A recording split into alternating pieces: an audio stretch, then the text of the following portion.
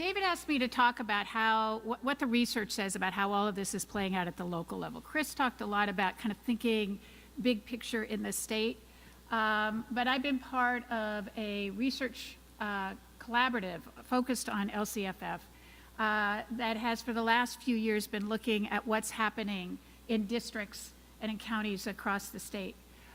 But before I talk about some of the findings from that, many of which are already reflected in the materials that you received for this meeting, I want to put this in the context of a set of lessons from equity-focused reforms over the last 60 years. We've been at this for a long time. And we know about some practices that might be a little bit more effective than others. Oh, there we go. Practices that might be a little more effective than others. But we also see across all of this work a few cross-cutting themes that can help to frame our understanding of implementation at the local level. And I wanted to just outline a few of those. I've had the opportunity in the last year to work with a colleague kind of looking over this literature and trying to draw out some of these lessons and think about it in terms of a framework for equity. Oops. That's lesson 2. First, we need lesson 1. The first of these lessons is that, and of course my thing is disappearing, is that implementation dominates impact. And Chris talked about the importance of implementation. And what we see is across all of the reforms over the last 60 years, incredible variation. Variation by context, variation by capacity, and so forth. Let me just get my notes back here. Differences in, first of all, context is critically important here.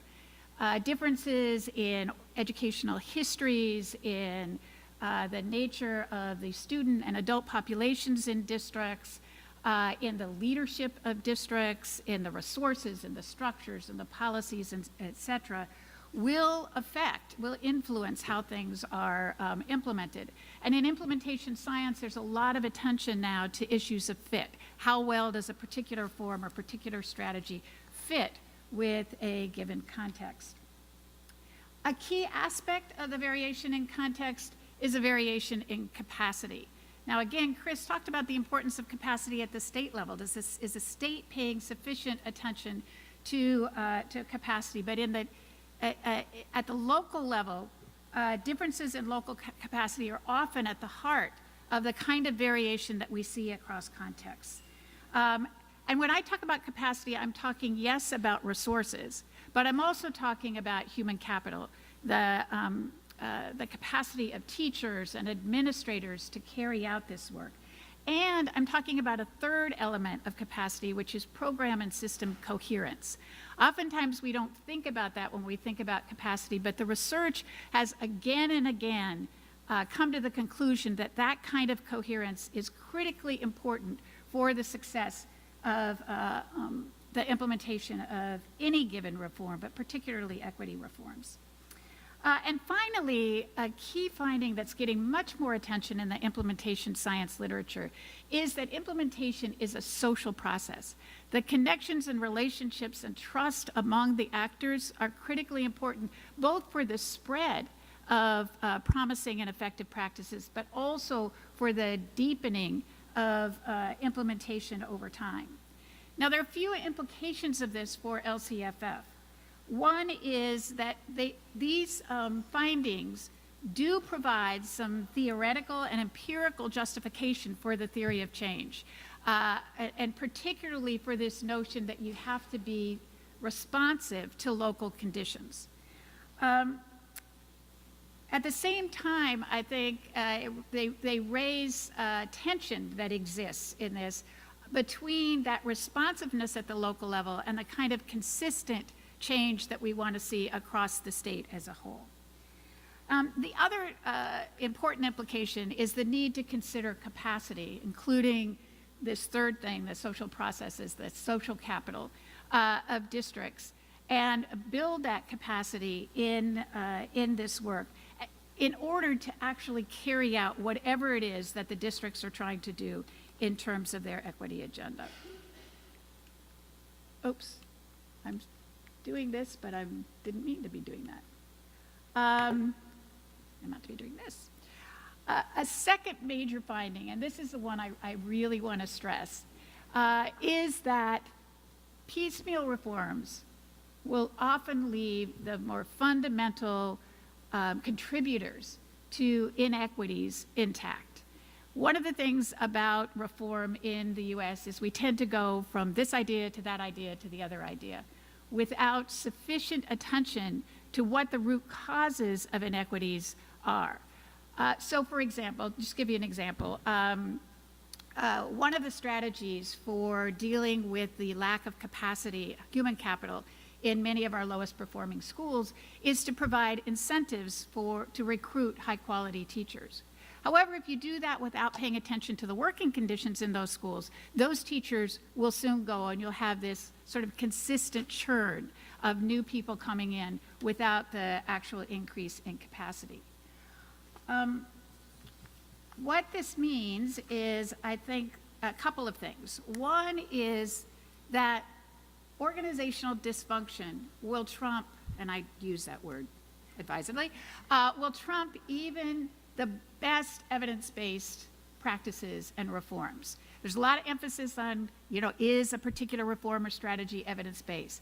Even the best ones will be unsuccessful if they take place in a system or a school that is dysfunctional in nature. This brings up the incredibly important connection between quality and equity, and the importance of a coherent strategy for equity that goes beyond just a few additional dollars, but really needs to lie at the heart of what districts are doing. So the question is, do districts have an equity agenda that is manifest throughout their goals and their work? The second thing I think that it really underscores is the need for a coherent and strategic approach. And so it raises the question of, to what degree do we see this in the local districts, and what's needed in order to make this more likely?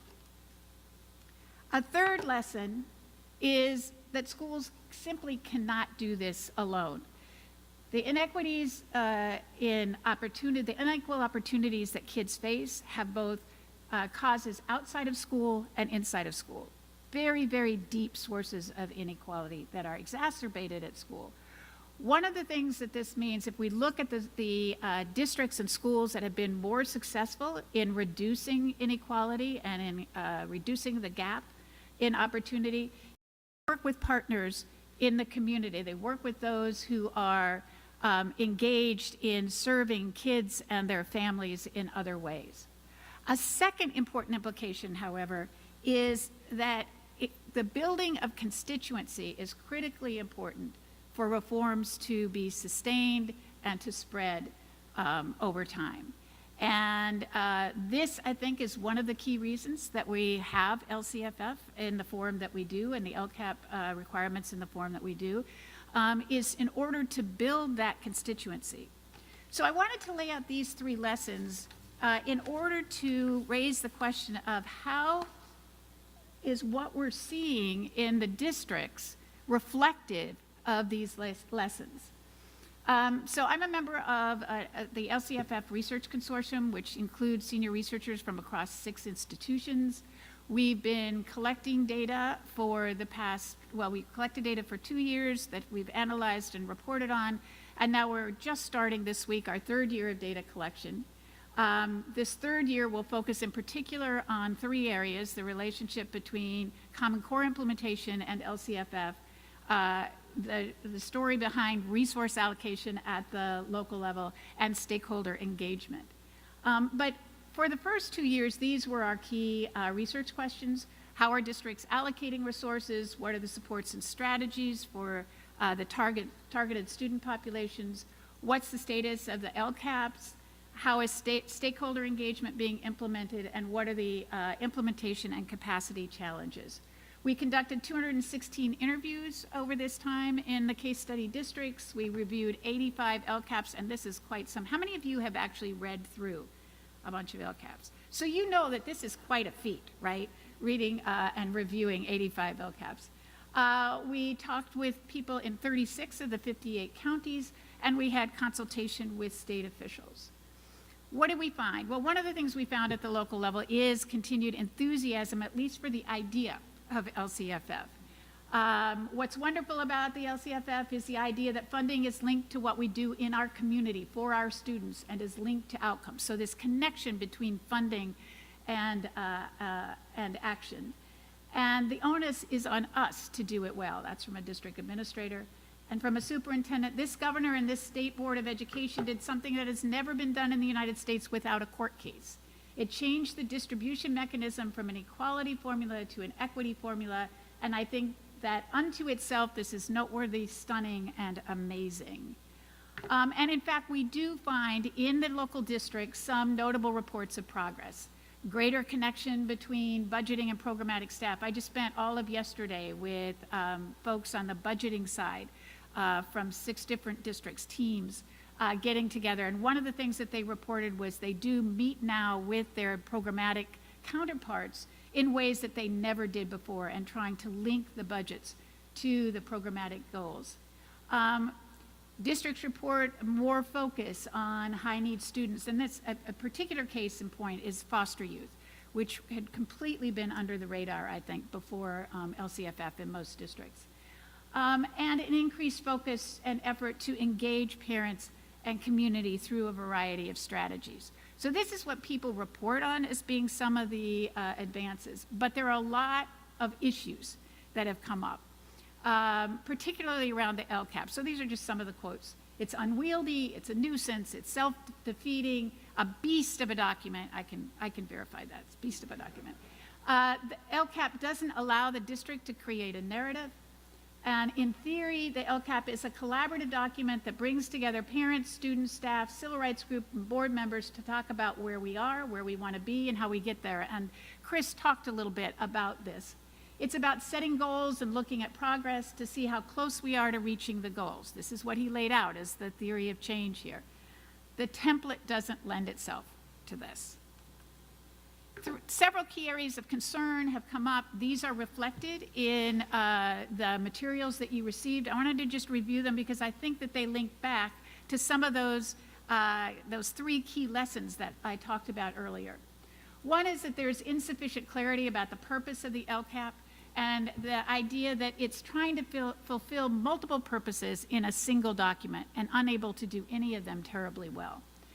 A consistent criticism on all sides is that we're still in a mode of compliance. Part of the reason for this is admittedly that old habits die hard. This is what people are used to. They're always trying to cover their bases. But also we see variation across the county offices that are responsible for approving these LCAPs in how they interpret the regulations and how they enforce those regulations with their districts.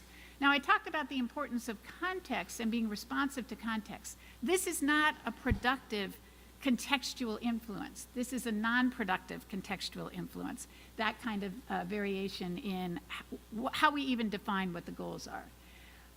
The third one, I think, is one that I really want to stress, the lack of coherence and strategic focus in the LCAPs. This goes back to the lesson that I mentioned earlier, that it really is about strategy and coherence, and it is about all of the funds and the work that the district is doing, not simply about what happens with the supplemental and concentration funds. I think we do a disservice to our students, and we let our districts off the hook if we only talk about supplemental and concentration grants. We need to also be talking about what's happening with the base grant in terms of real attention to an equity agenda. These first 3 bullets combine to contribute to a lack of transparency and accessibility for the LCAP. If you read these LCAPs, which a number of you have done, it's very difficult to figure out what the key goals are, what the strategies are, what the story is. They're neither the strategic focus nor the targeted resource allocation come through clearly. So we need to rethink that.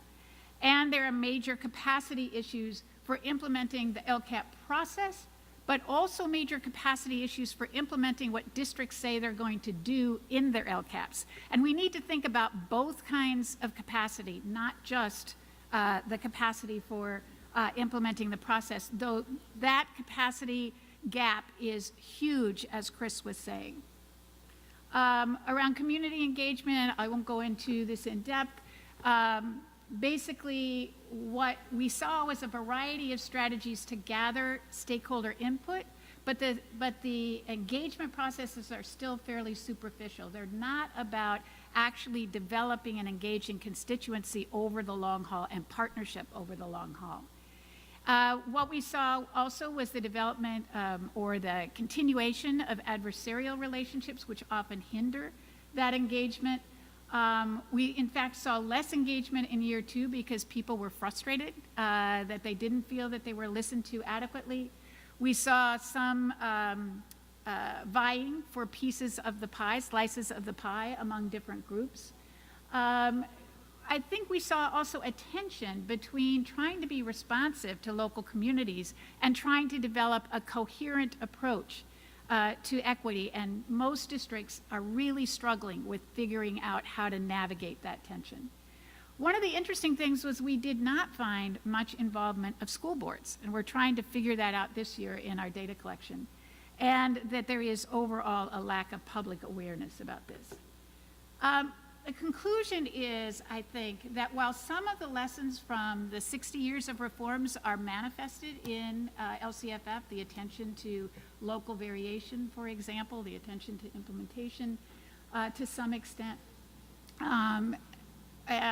what we see is that the weaknesses actually reflect many of those same lessons. In particular, we need to pay more attention to ensuring coherent and systemic approaches to equity, as well as targeted strategies. They need to be backed by a strategic alignment of resources, and that is all resources, not just the supplemental and concentration. We need more attention, as Chris was saying, to capacity building, and that's capacity building both to implement LCFF and capacity to actually carry out the strategies that would lead to more equitable outcomes. And then we need to define and implement strategies for meaningful ongoing stakeholder engagement. And this is, I think, a really critical thing for us over the next period of time. But that can only be done in partnership. We can only figure out how best to do that in partnership with the stakeholders themselves. So I think we are really at a crossroads in many ways, as Chris was suggesting. And the data from the local districts suggests some of the areas that we really need to concentrate on over this next period. Thanks.